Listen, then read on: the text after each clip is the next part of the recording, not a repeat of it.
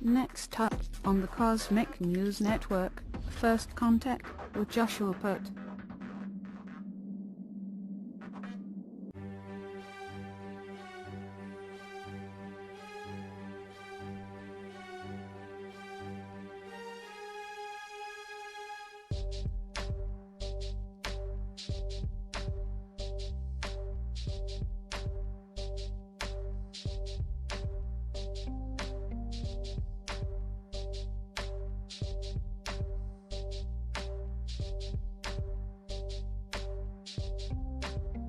Good morning, Earthlings.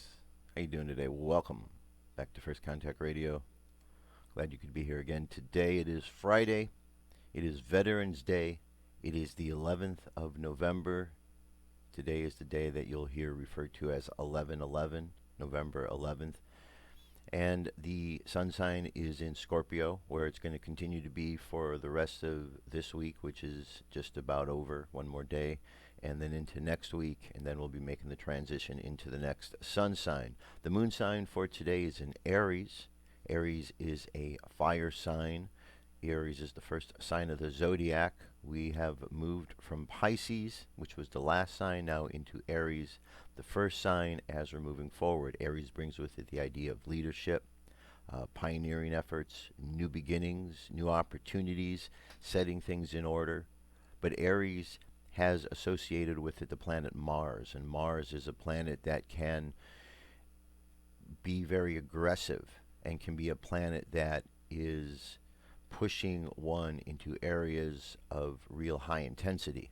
So if we don't channel that energy properly, if we don't set things in order, then things become chaotic, and we then start feeling the oppression of all of this heavy energy that's building up within us, like a pressure cooker, and then ultimately it needs to be released, because it's just all about energy. And so if we're taking this energy in, if we're not processing it properly, if we're processing it and it's just staying anger, then ultimately bad things happen. And that's what's going on right now. We're having this battle with ourselves and how to deal with all of these emotions, all of this anger and frustration. So what we want to do is we want to turn it into something creative. We could see last night, at 10:06 p.m. we had this aspect where Mars was in a sextile with Aries. So there's a nice, good, positive flow.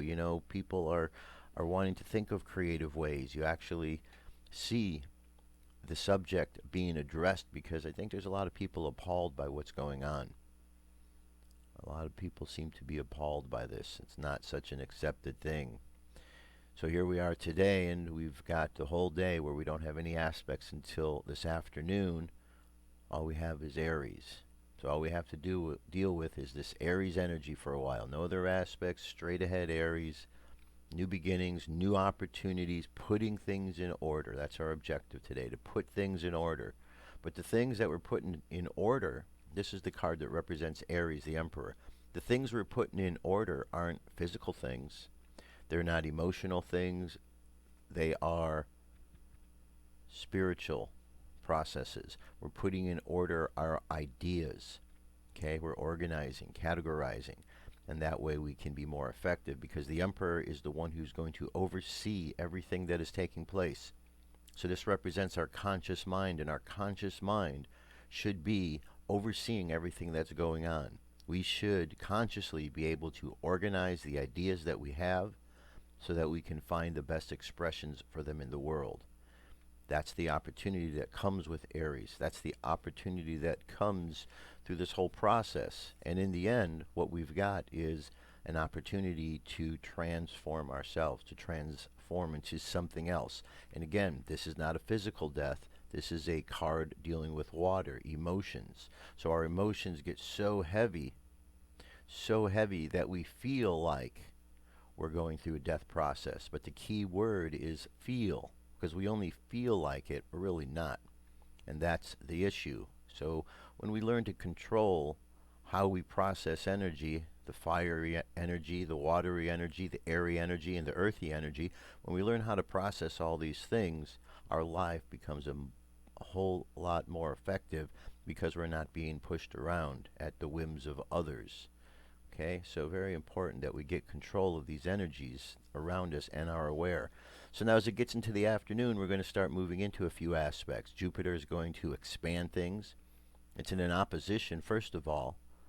So Jupiter, expansion, it's the sign that brings all kind of ideas of abundance, benevolence, goodness, things expanding outward. And if it's opposite of Aries, which is the new beginning, it's like balancing it out. It's that opportunity to expand is necessary to be the opposing force, the balancing force to the Aries energy, because we need to now think bigger. Think bigger about what we can do, how we can do it. 9:09 p.m., Pluto, deep transformative energies are going to be in a square with Aries. Okay, so we're going to have some challenges because people are stubborn. They don't want to change. But then we have the Saturn 920, which is telling us we may not want to change, but we need to focus. We need to become more disciplined. Disciplined personally, each one of us, and how we process this information. And then 10:54 p.m., Venus, our imagination, is going into Capricorn, an earth sign. So we're taking our imagination and applying it into the physical reality. Therefore, it's an opportunity for us to create something within that. So it's a good creative time. But it's also a reminder with Capricorn, even though we're doing things with and for the physical, the whole process is really stimulated beyond the physical, and we need just to keep an understanding of that, because we get caught up in the physical and we forget that there's actually other things that went into creating this. Okay? So those are the things going on today. Over the weekend, we're going to make a transition moon sign wise from Aries to Taurus, and that's where we'll be over the rest of the weekend. And then Monday, when we get back, we've got a full moon. I'll talk about that in just a bit. The moon phase today is a waxing moon, means it's going up towards the full moon, which will be here on Monday. Not only is it a full moon, but it's a supermoon. A supermoon. And I'm going to get to discussing that a little bit later on in the show. But right now we're at 87.8% chance there. On the Jewish calendar today is 10 Cheshvan. 10 Cheshvan. And over at Space Weather, solar wind is currently 508.0 kilometers per second. Our planetary K index is quiet over the weekend. We're looking at a storm. Planetary K index of 5. This is a scale that does go up to 9, so that takes us past the halfway point. We could see the coronal holes right in the middle of the sun. We can see the graphic here, which lets us know how it will be streaming as it comes off of the sun. M-class flare possibility 1%. X-class also at 1%. Geomagnetic storm activity subsiding slightly in the mid-latitudes from 35 down to 30, 20 to 15. And in the high latitudes, it looks like it's remaining stable. Slight decrease in the severe range from 25 down to 20. Okay, so there you have it. That's the energy we're dealing with over the course of this day.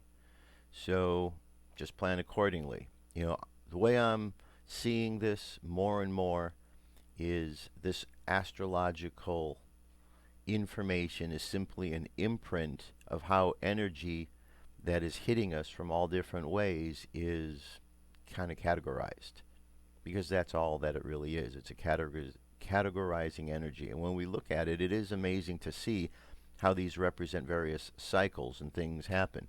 I think I was talking about this the other day. If not, I want to talk about it again. I think this one is very significant, the moon sign of Pisces. This is where we were on the day that the election occurred. Now, the election itself started on the 8th of the month, but it didn't finish until the 9th, and the announcement wasn't finally made to the 9th. So the moon was in Pisces. Well, in Pisces, what do we have? We have 2 towers. Okay, 2 towers. And everything that we know leads up to the two towers. But what's beyond the two towers, we don't know. And this is significant here because the two towers, think of the World Trade Center. Think of the World Trade Center and the incident that happened on 9/11. Our lives changed on 9/11. Everything changed. When we used the phrase, make America great again, well, America's different than now than it was before 2001.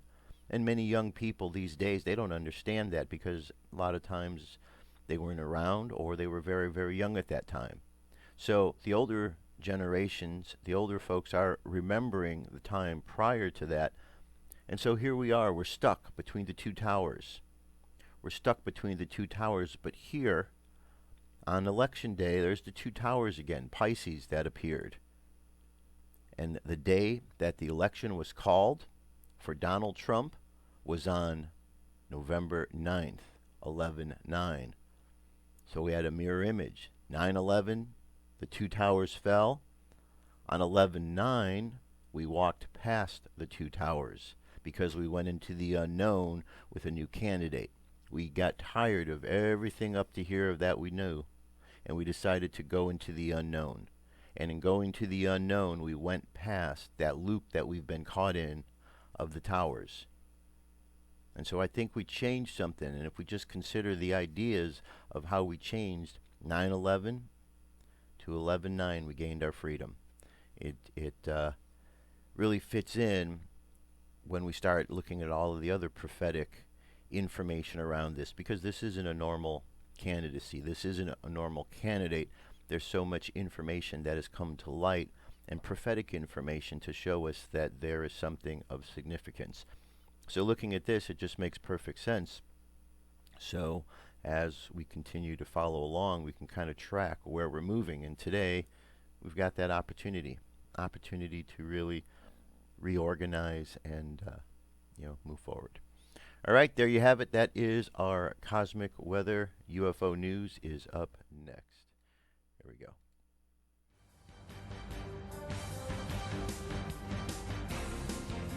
This is the UFO News with Joshua Poet. All right, Dirk, thank you very much. Today I have 4 stories. First one goes back to the beginning of this month. 10 days ago, UFO becomes visible during sunset over Madison, Wisconsin, November 1st. Okay, object in question hiding behind the clouds there. We understand the idea how the cloaking doesn't always keep them fully cloaked during moments of sunrise or sunset. The eyewitness says, my husband and I were driving home.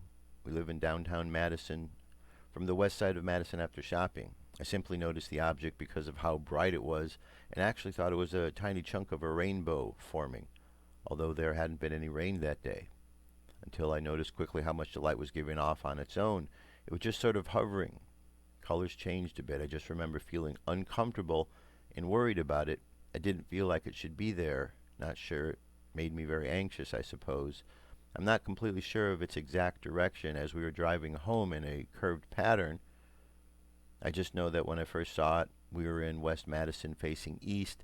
The brightness of the glow sort of had little spurts of being brighter and slightly less, and it gave off the blue, orange, green, reddish colors. And about half an hour later, we got home. I saw it again. This time we had moved 20 miles, and when I saw it, it faced about southwest. I've been trying to take a picture the whole car ride and couldn't catch it. It's moving direction, but this photo I did get was at the end of the event where I last saw from its block outside my building. Okay, so there you go. That's sighting number 1. Report number 2 here. This goes to the time when a UFO tailed Donald Trump's chopper. As the world watched the race for the next president of the United States, it seemed that anyone else out there did the same. UFO spotters had been left without a clue as to who or what was following the now U.S. President-elect Donald Trump's helicopter as it flew during his campaign. The photographer, who chose not to be named, captured a blob following closely behind the business tycoon turned politician's chopper as it flew a group of children above the Iowa State Fair.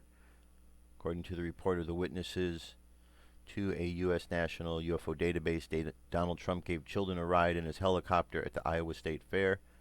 The witness stated that they were walking down the street to the fair. They saw Trump's helicopter flying overhead. The reporting witness decided to take a photo of the chopper using his phone camera. When he later reviewed the picture, while sitting in the shade, the witness was shocked to see the UFO in the photograph.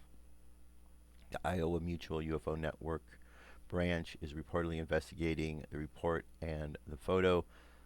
MUFON spokesman Roger Marr suggested the object could be anything from a second helicopter to a bird or perhaps a UFO. He said that the picture analysis might shed light on some of the object's identity. All right, Roswell, New Mexico. Mysterious metal fragment recovered near Roswell UFO crash site. All right, there's our object in question.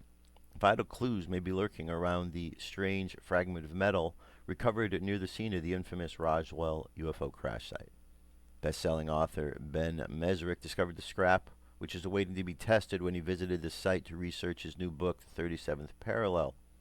The book investigated the UFO and paranormal road of the same name.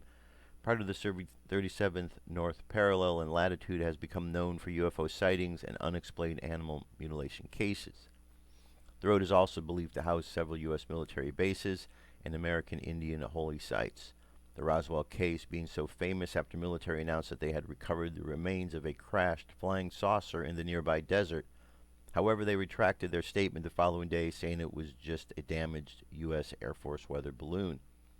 Witnesses later came forward with claims that they saw alien bodies within the crash sites, along with wreckage, which were taken to the top-secret Area 51 in Nevada. The book looks into the bottom of UFO sightings along the parallel, including the Roswell incident. It charts the work of ufologist Chuck Zukowski, who investigated various cases along the parallel, which takes in Arizona, Utah, New Mexico, and southern ridge of Colorado for several years. Mr. Mesrick is also the author of the best-selling book, The Accidental Billionaires, which the film The Social Network is basing. He was totally skeptic before reaching for his books. As for family of scientists, he assumed that before most of the UFO community went crazy. However, Mr. Mesrick became a believer when he met Mr. Zukowski, a former sheriff's deputy and part-time microchip engineer. Mr. Mesrick said that he now believes something happened in Roswell. In 2002, Mr. Zukowski found strange triangular pieces of metal close to the 1947 Roswell crash site. However, it was just recently that he sent a fragment to the laboratory of the Bigelow Airspace. Conclusive results of the examination are yet to be released, according to the book. Okay. And one more story. This goes back to 1960 or 1639 to what is listed as the first UFO sighting here in America. This was done by the governor of Massachusetts. During the 1600s, Puritans in New England spotted more than just witches flying around the skies. Hundreds of years before Area 51 and Project Blue Book, Massachusetts Bay Colony founder John Winthrop detailed instances of unidentified flying objects in the heavens above 17th century Boston and the first recorded UFO sightings in America. On March 1st, 1639, John Winthrop opened his diary in which he recorded the trials and the triumphs of his fellow Puritans as they made a new life in the new land. As the governor of the Massachusetts Bay Colony, he put pen to paper and began to recount a most unusual event that had recently caused a stir among the English immigrants. Winthrop wrote that earlier in the year, James Everell, a sober, discreet man, and two others who had been rowing a boat in the muddy river which flowed through the swampland and emptied into the tidal basin in the Charles River, when they saw a great light in the nighttime sky. When it stood still, it flamed up, and was about 3 yards square, the governor reported. When it ran, it was contracted into the figure of a swine. Over the course of 2 to 3 hours, the boatsman said that the mysterious light ran as swift as an arrow, darting back and forth between them and the village of Charleston, a distance of approximately 2 miles. Diverse other credible persons saw the same light about after the same place, Winthrop added. The governor wrote that when the strange apparition finally faded away, the 3 Puritans in the boat were stunned to find themselves 1 mile upstream, as if the light has transported them there. The men had no memory of their rowing against the tide, although it's possible they could have been carried by the wind or a reverse tidal flow. The mysterious repositioning of the boat would suggest that they were unaware part of their experience. Some researchers would interpret this as a possible alien abduction if it happened today, writes Jacques Vallée and Chris Aubeck in Wonders in the Sky, Unexplained Aerial Objects from Antiquity to Modern Times. Some have speculated that the curious glow could have been an ignis fatuus, which is a pale light that can occur over marshland at nighttime due to the combustion of gas from decomposed organic matter. If Winthrop's report was correct, however, the light was not rising from the swamp, but shooting across the sky, making that explanation unlikely. An odd sight returned to the skies of Boston 5 years later, according to another entry in Winthrop's diary, dated January 18, 1644. About midnight, 3 men coming into a boat in Boston saw the 2 lights arise out of the water near the north point of the town cove in the form of a man, and went a small distance to the town, and so to the south point, and there vanished away.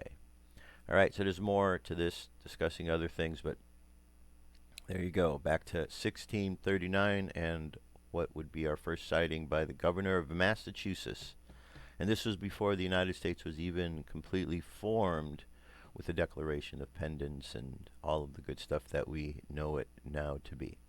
All right, there's our UFO news for today. Stay tuned. I'll be back. What if our government was responsible for some of the greatest crimes against this nation? Would you really want to know? These are big questions, but these questions deserve answers. It's time to demand the truth. People should not be afraid of their governments. Governments should be afraid of them.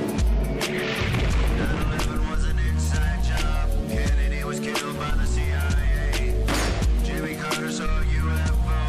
Answers to secrets you need to know. So wake up, wake up, wake up, wake up. Wake up, wake up, wake up. Wake up, wake up, wake up, wake up. Wake up, wake up, wake up.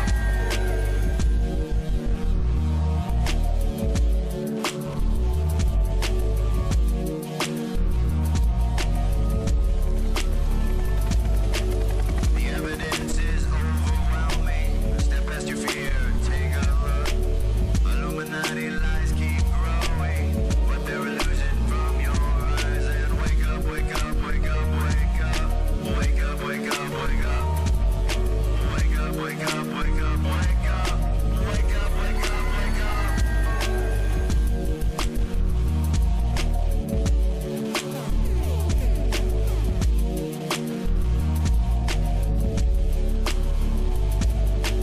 What would our founding fathers say if they were alive today? Must be turning in their graves. Redcoats are coming, big brothers watching. Wake up, wake up, wake up, wake up. Wake up, wake up, wake up. Wake up, wake up, wake up, wake up. Wake up, wake up, wake up.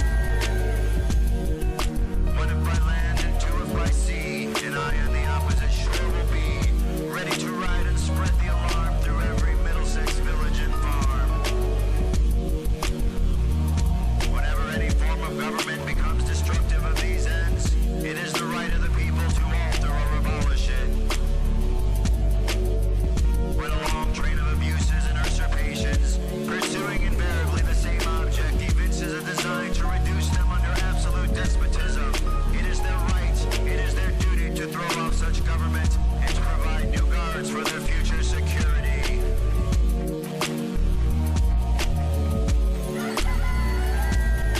Wake up, wake up, wake up, wake up. Wake up, wake up, wake up. Wake up, wake up, wake up, wake up. Wake up, wake up, wake up. Wake up, wake up, wake up, wake up. Wake up, wake up, wake up. Wake up, wake up, wake up, wake up. Wake up, wake up, wake up. Patriots arise. It's time to demand the truth. All right, continuing on. So, first thing Our next thing is today's Veterans Day, so I'd like to just take a moment to say Happy Veterans Day to everyone out there. If you are a veteran, I want to thank you for your service. I know that there's a lot of sacrifice that goes with it, so you know, from myself, I just appreciate all of the efforts that are put in that regard. I used to be very liberal minded in some ways. As a musician and involved with all the creative arts and everything, you're in a very liberal area. And for a long while, that was my mindset. I never really got involved with the political process too much. I really wasn't a fan of what was going on, especially with the Bush administration and the ones before that.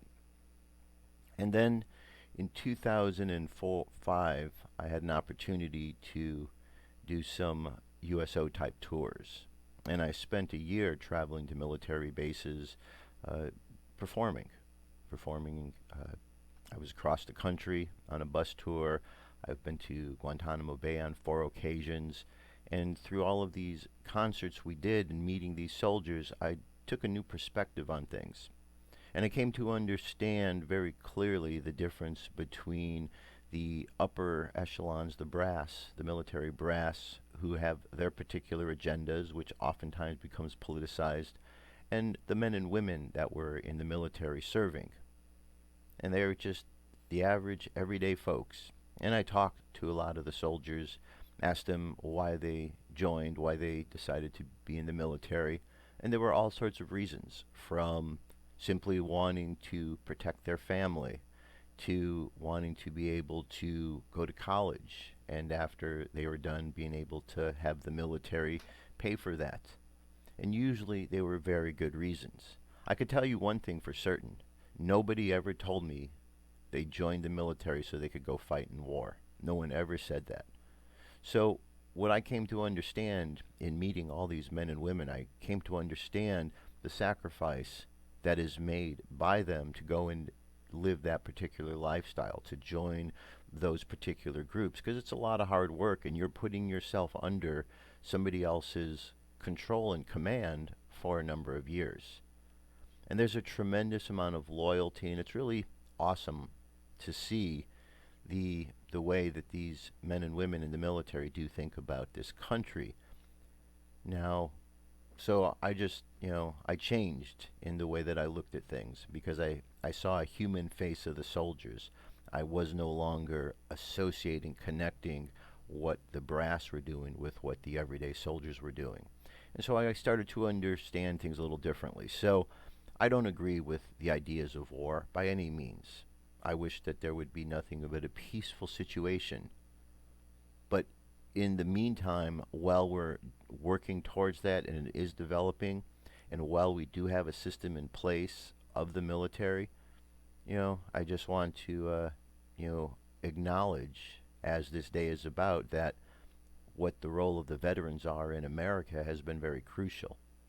And without the actions of the veterans, whether we like to accept it or not, we wouldn't be the country that we are, because there were some really brave men and women that have stood up in the past against the atrocities that were facing the world and facing America. So, in that regards, it has been one of those necessary things that has had to occur, because sometimes you have to have goodness step up against evil. Even when we read through any spiritual books, you read through the Bible and it's filled with stories of battles, and oftentimes it's good versus evil. Someone's trying to oppress and someone's trying to free somebody else. When we look through the various other spiritual books, we find similar things. Krishna, and the battle that ensued there. So, there you have it. So, thank you for your service again to all of you who have been in the military, and for you who have been off to overseas areas and in war. Welcome back home. Glad you made it, and sorry, and my condolences for all of those friends and that did not make it back. All right. So what I put up here, so you could check it out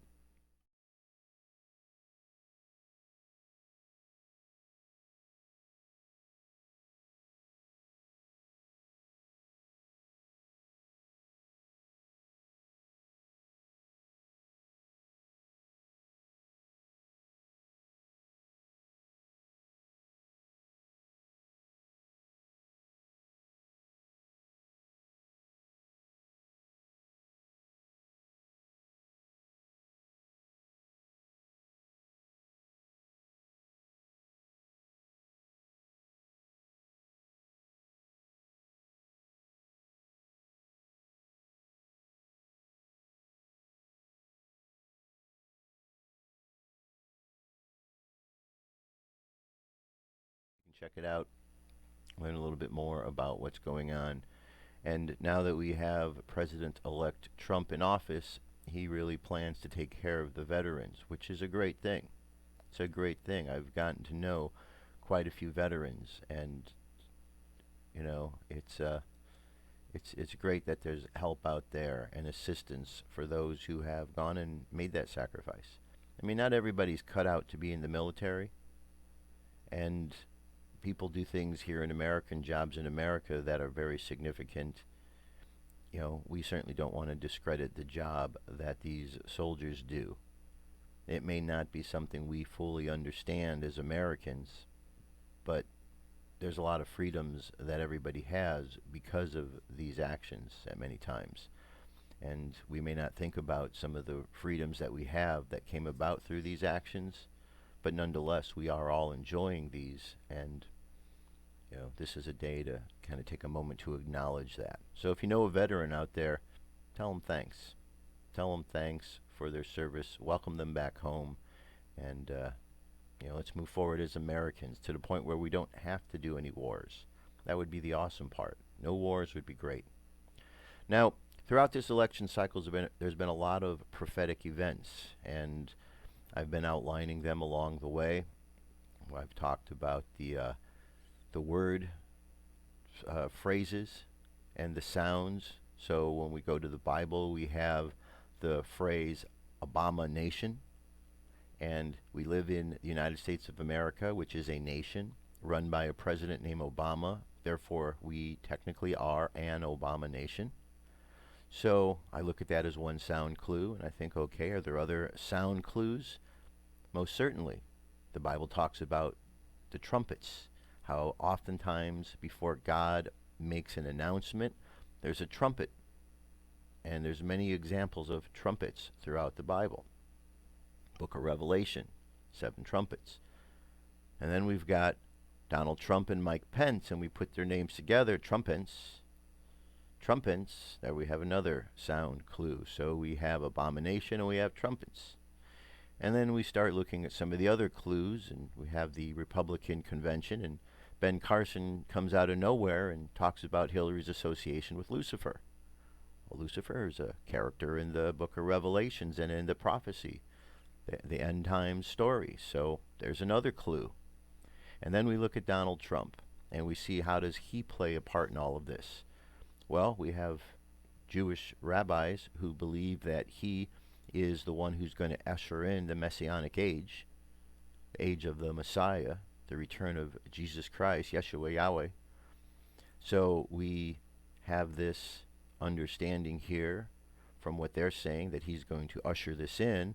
Usher this in is along the idea of making an announcement, bringing something in. So there again, the idea of a trumpets blowing and ushering in a new age. Now, the work of Donald Trump is going to be challenging. It's going to be definitely challenging because there's a lot of problems that we're all aware of. And sometimes when you rip the Band-Aid off, it hurts a little bit. But once you do that, then the healing can begin. So in order to get back on track where we need to be, there's going to be some challenges. There's going to be some tough decisions. Not everybody's going to like them. But once we get back in line, now things are smoother. It's like if you have a bone that breaks, and once that bone is set, that moment when you snap it back in place, it's going to hurt. But once it's back in place, everything can flow, and everything begins healing. So that's what's going on. So we've got this man who has been part of prophecy. We've had a number of stories that have been presented and bits of prophecy that have been given to many individuals about the presidency of Donald Trump. So to many, it was not a surprise that he was going to be in there. Well, one of the things that is another connection to all of this is the number 777. The Jewish calendar just changed. We are in the very first month of the new year, the year 5777, 5777. The Bible makes 777, shows it to be a significant number. It's a number of God's victory. Okay? It's a number of victory, and 7 is a number of a warrior. So it shows that there's going to be victory, but a warrior needs to arise. You know, the warrior aspect of putting things back in order is going to express itself, and God is going to have a tremendous victory here. 777. Now, one of the stories about Donald Trump, check this out.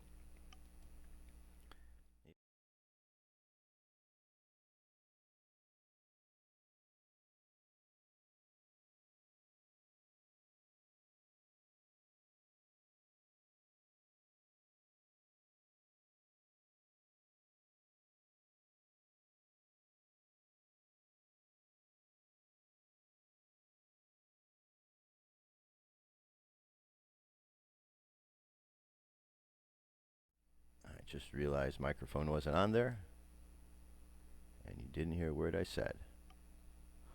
Okay, here we go.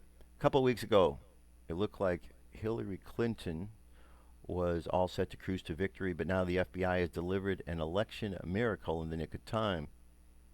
A few of my readers had criticized me for suggesting that Trump might lose, but I don't know who is going to win the election, and also, so I had to go on with cold hard numbers, and a couple of weeks ago, the cold hard numbers were telling me that Hillary Clinton was going to win.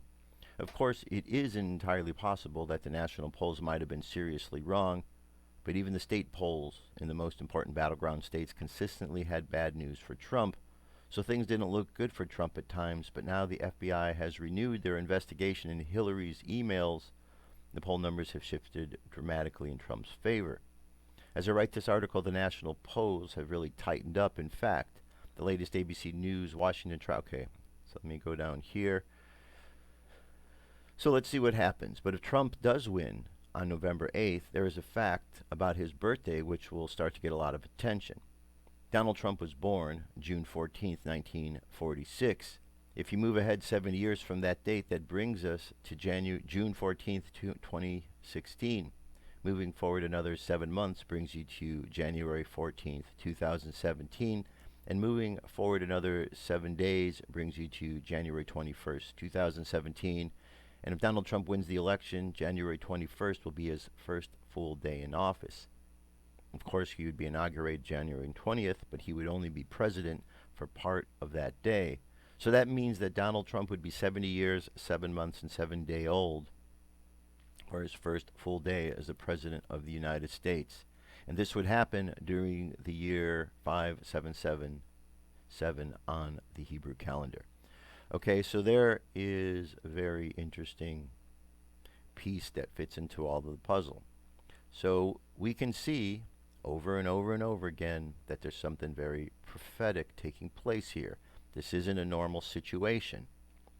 And it certainly feels like, and I just showed you the thing about Pisces and how we moved past the two towers. It feels like we've gone out of a loop. It feels like something has changed. Something feels different. Okay, we're moving into unknown territory. So what we want to do is continue to have the faith to know that things are going to move forward, and we need to continue to appreciate how we got here. How we got out of this loop was a chunk of society realized we were going the wrong direction. We realized we were getting further and further and further away from God, and we snapped back. We snapped back. There were a lot of people that prayed, a lot of groups that were out praying. Prayer became very, very important and a significant part of this process. And that is where we were able to then move forward, because through that prayer, we humbled ourselves to reconsider that which we were no longer doing, which in many cases was really going to God. And once we were able to appeal to our sense of understanding and then reach out to the divine source that is around us, things changed. And we can see what's going on, and it's not the normal process. So we need to continue to have faith that something is working itself out through all of this, that there is a divine influence. And there's plenty of videos out there, prophetic type stories. If you go to my YouTube page, click on the playlists, and there's a playlist there for Trump. And there's a number of these videos there that talk about the prophecies of Donald Trump, or the dreams people have had, or the channeled messages they've had. So something very significant, okay? Something significant going on there. Now here's a story that says Trey Gowdy announces full-blown resurrection of investigation now that the elections are over. This comes to us from the American News. Hillary Clinton may not be our president, but that doesn't mean Trey Gowdy's plans to let her off the hook for her crimes. Gowdy was easily reelected to Congress this week despite the efforts of Democrats to give him the boot. With his position secured, he is focusing his attention on making sure Clinton sees justice. There is sufficient evidence, both direct and circumstantial, upon which a jury could conclude an intent to violate the law, Gowdy commented. The evidence includes concealment of evidence, destruction of evidence, and false exculpatory statements, all of which fall under the general heading of consciousness of guilt. It would appear that the investigation is back to the status quo ante, which means Director Comey believes Secretary Clinton was indeed extremely careless in her handling of classified material, he added. Yet there is insufficient evidence to prove beyond a reasonable doubt Secretary Clinton had a specific intent to violate a statute which specifically provide for the lower sector standard of gross negligence, Gowdy concluded. Do you support Gowdy for continuing to hold Clinton responsible for her crimes? Well, we're going to hear this topic. It's going to be a topic of debate for some point in time, I'm guessing. Should Trump go ahead and see to it that Hillary is prosecuted, or do we have bigger fish to fry? Well, I think that this is a decision that is going to have to be made and thought out carefully. I think that when you move up the ladder in this country politically into the office of presidency, you start finding that the responsibilities change, and you have to start picking and choosing which things you're going to go after and prioritize. And though Hillary is an important piece and important to bring to justice all of the crimes, I don't know that that information or that process needs to be put in front of the public as much as it was before. I think he needs to focus on other things and just let the court case deal with itself, and when the results happen, we can hear the results. But I think that we need to deal with some bigger issues and let justice now, in this case, take care of itself. Because with the change now, with Trey Gowdy back in, with the new president-elect, Trump, the opportunity for justice to be served is going to be there. So we need to just keep focused, okay? We need to be focused. It's not about vengeance. It's about bringing forth fully the divinity that is around and within us. And sometimes it's just letting go and just moving forward, okay? So we have the full moon coming up, but it's not just a full moon, it's a supermoon. It's a supermoon, and what this means, it says this year's full moon of October, November, and December all take place when the moon is at its closest point of approach in its orbit around Earth, or so-called supermoon. October's supermoon occurred October 16th. The next supermoon will be November's full beaver moon, which is expected to reach the full phase of the morning of November 14th, 8:52 a.m., and that is Eastern Time, but will appear full to the casual observer in the day before and even after the main event. This full moon will be not only the closest and brightest supermoon of 2016, but also the largest since 1948. Bob Berman, an astronomer at SLU Community Observatory, told Space.com, what's more, the full moon won't come again this close to Earth until November 25th, 2034, according to a statement from NASA. Okay, so we have the supermoon, full moon, the beaver moon. So we're going to get a full beaver moon coming up. Not only just a full beaver moon, but a super beaver moon, apparently. All right. The beaver moon follows, let's see, November's full moon is also called the beaver moon because it arrives at the time of year when hunters would set traps before the frozen waters to ensure they had enough warm furs for the winter. The beaver moon follows the full hunter moon of October and the full harvest moon of September, both of which are also named for seasonal changes that mark times when people would begin to prepare the colder months ahead. November's full moon also has been referred to as the full frost moon, according to the old Farmer's Almanac. And the SLU Community Observatory is going to offer a live broadcast November's full moon, November 13th, starting at 7 p.m. Eastern Time, and it will go on into the 14th. Okay, so we have the Supermoon, Super Beaver Moon, coming up. All right, so again, the gentleman, the rabbi who had brought forth the information about the blood moons, he also has a video. You can find it. It's on the Trump playlist at YouTube. And he also has a video where he's talking about the supermoons, and that these supermoons, the 3 in a row, are something significant that hasn't happened in a long while. And again, he traces it back 70 years to just before Israel became a nation. So again, we have the number 70. The Bible, the book of Daniel, talks about the 70 years. It's a great time to be alive. We're seeing a lot of things going on. We're seeing timeline experiences from one to another. We're seeing opportunities to move forward because we've moved past oppressive states. Very interesting, my friends. Let's just keep paying attention, because life, it will continue to get interesting. Now today, being November 11th, is also referred to as 11/11. You'll hear that phrase a bit undoubtedly as you move through the day. Here's an article by Greg Prescott at In5D. What is the meaning of 11/11? There is a global 11/11 phenomena that is perplexing many individuals in regard to numerical synchronicities, and in particular, the number and the meaning behind 11/11. From teenagers to senior citizens, these synchronistic numbers seem to appear on a daily basis. But what does 11/11 mean? For example, you might be putting gas in your car. When you're done, you notice that you put exactly $11.11 gallons in your car.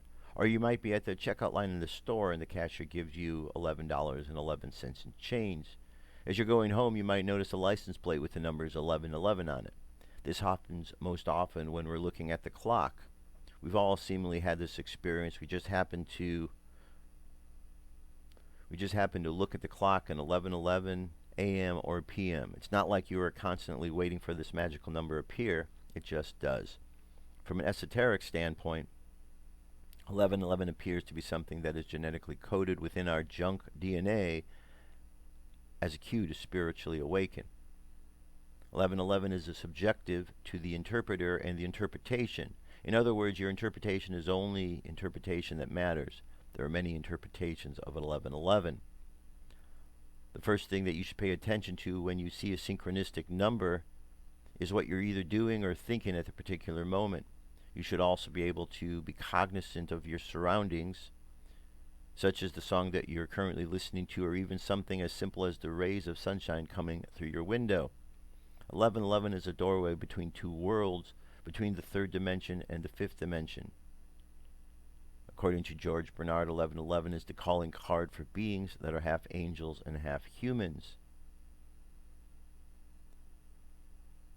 Okay, here we have some nice, good definitions, things to understand. Nice, good little video there. But there you go, 11:11. It's a nice moment of synchronicity. Again, everything around us is energy.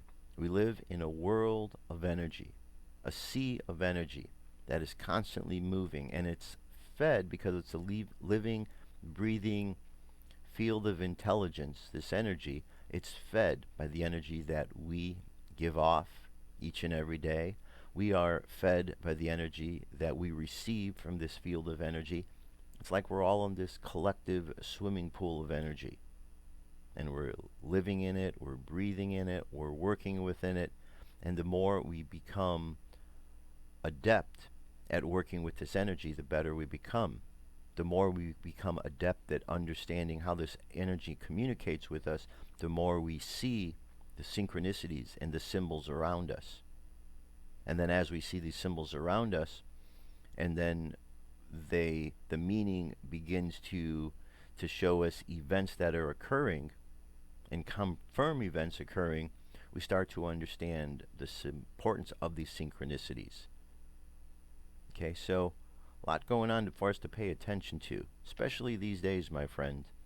There's so much prophetic things that are happening. So many things that are happening that I think we're going to see a lot of wonderful things take place, and I really believe life's on the upswing. You know, I know a lot of people are out there right now upset and freaked out about what Donald Trump might do. But all of that is based upon the lies that the mainstream media has told. You see, early on when Donald Trump said he was going to temporarily ban Muslims, the mainstream media just played a clip that he was going to ban Muslims. When he said that there were some Mexicans and those coming from south of the border that were bad guys, that were rapists and murderers, the mainstream media took it to mean that he was calling everyone from there a rapist and murderer, which he wasn't. They continuously took his words and played little sound bites, so it made him look like he was a horrible, horrible person. Now, prior to that, through all of his years of life, he was never, ever looked upon in that way. It wasn't until he entered the political arena that people started playing dirty pool and started attacking his character, attacking him with attacks that were never made on him in the past. And so here's this man who received all of this negative press early on, and people, the hatchet job was so good that most people stopped listening to anything he said at that point in time and latched on to those sound bites. And over the last year, 12, 13, 14 months, we've heard those sound bites over and over and over being spouted by those out there who are Democrat or liberal. And when you would ask them to explain further, most of the time they could not explain further, because most of the time people were just spouting what they had heard, what they had been told to think. And therein lies the problem, because when you really get time and take the time to listen to what the man's about, you find out he isn't the person the media's described. That person was simply a media creation in order to be able to get the Democratic agenda pushed through.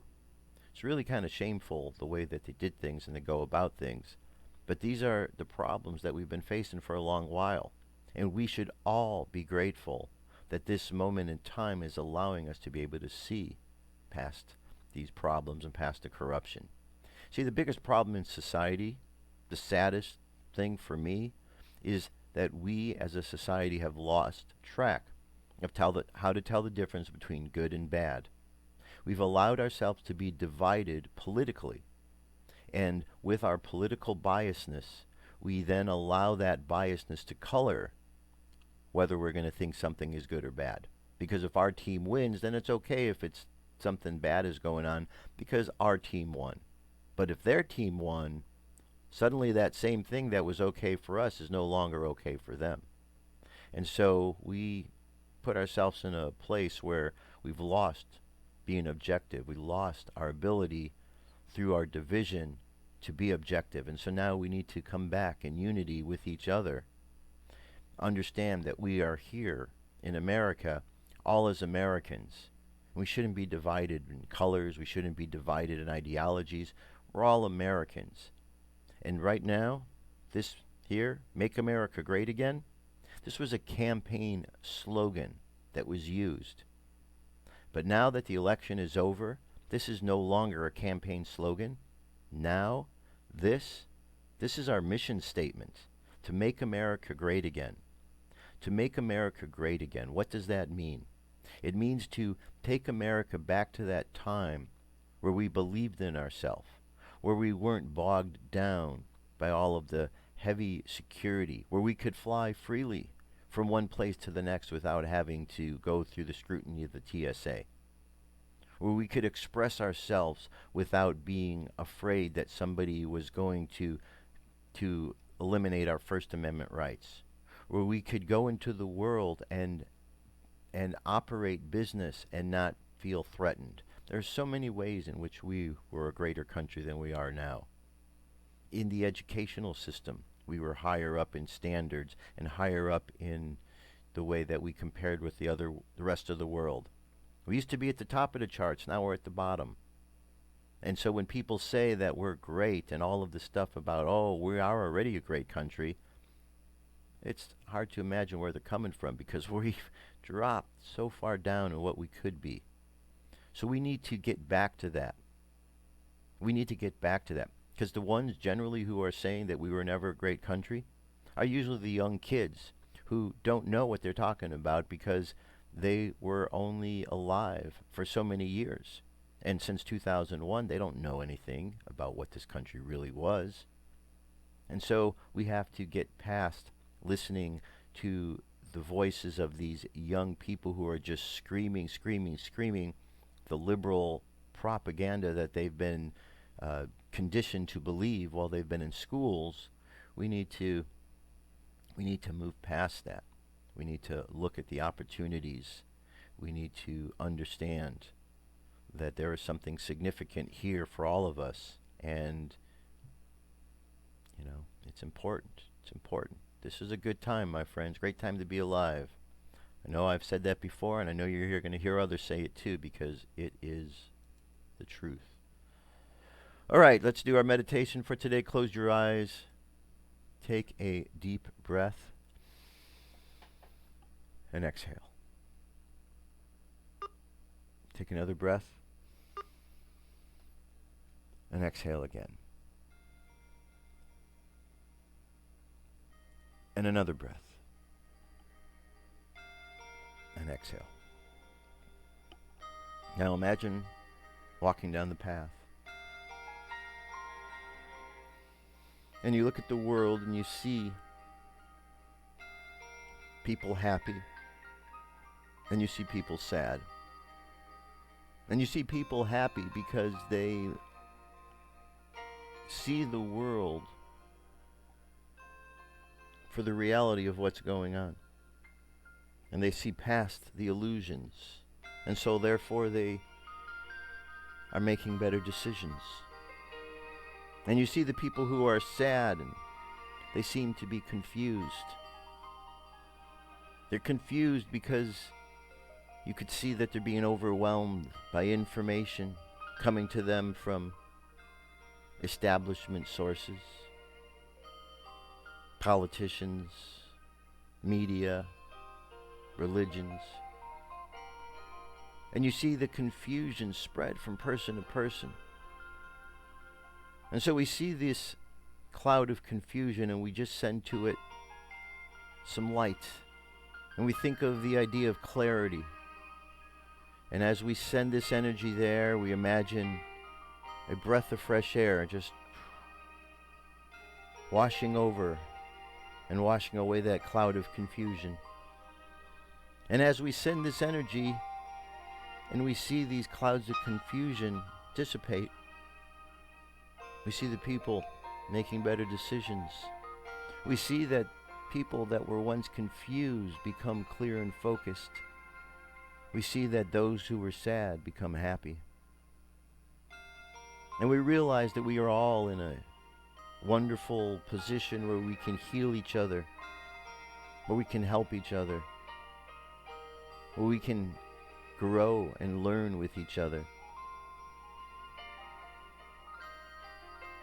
And so as we move past confusion to clarity, we find ourselves enjoying more prosperity, more success, more opportunities, more peace.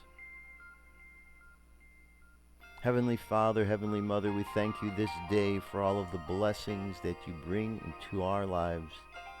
We thank you for the opportunity to see and experience the lessons that are being taught to us through the things we see, through the things we hear, and the things that we do. We ask this day that we are able to be strong enough to move past any judgments we have upon situations and simply be able to look objectively at the opportunities around us. We thank you, Father, Mother, for the blessings of your guidance, the blessings of your Christ, whose light shines bright through each and every one of us, allowing us the opportunity to expand past the bounds of this physical form, to connect with the higher spiritual aspect of who we are destined to be.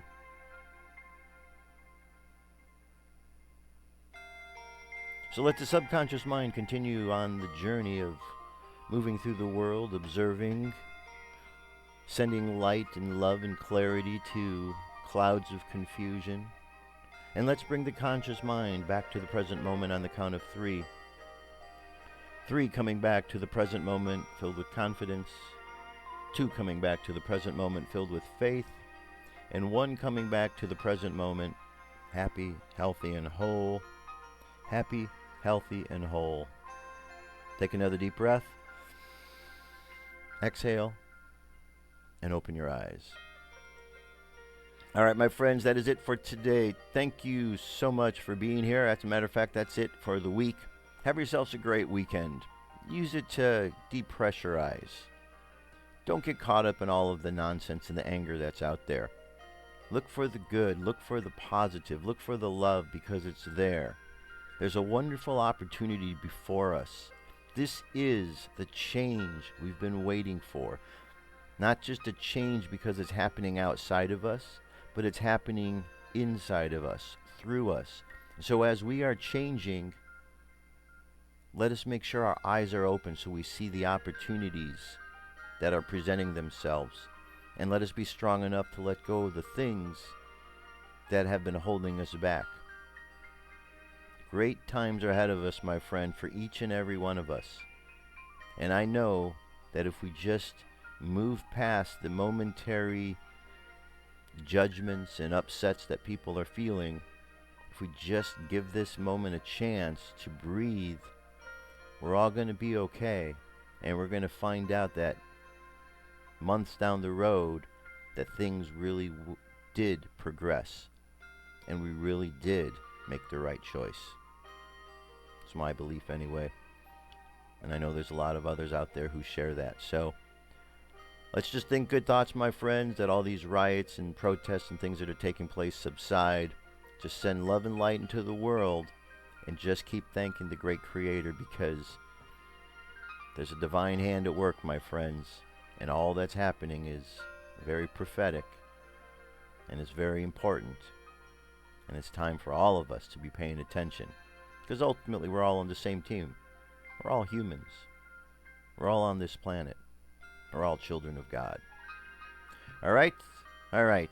That's it for today. That's it for the week. I will be back next week. Until then, enjoy your weekend. Have fun. I love you. Keep loving each other. And I will talk to you next week. Peace. I'm out of here.